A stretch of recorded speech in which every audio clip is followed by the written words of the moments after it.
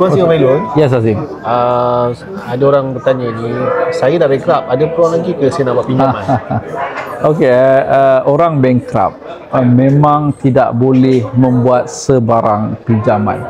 Okey, jelas tetapi kalau dia nak pinjam dengan adik-beradik dia tu, itu terpulang pada dia. Cuma hak dia untuk menandatangan itu boleh dipersoal dan perlu dibincangkan lah. Tetapi banyak pertikaian tentang selepas keluar daripada bankrupt, adakah dia boleh membuat pinjaman. Orang yang baru keluar daripada bankrupt, seperti sekarang ni, kerajaan melepaskan mereka yang bankrupt di bawah nilai ambang 100,000, dan sehari selepas dia bankrupt, adakah dia boleh membuat pinjaman. Jawapannya macam ni.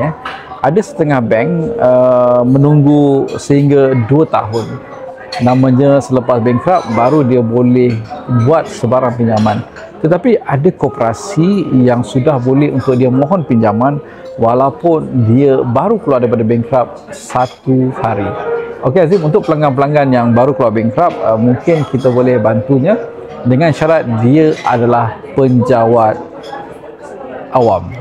Tetapi kalau dia adalah seorang peniaga yang dapat kontrak ataupun paymasternya, pembayarnya adalah kerajaan, mungkin masih boleh dibantu untuk mendapatkan dana. Okey, jelas?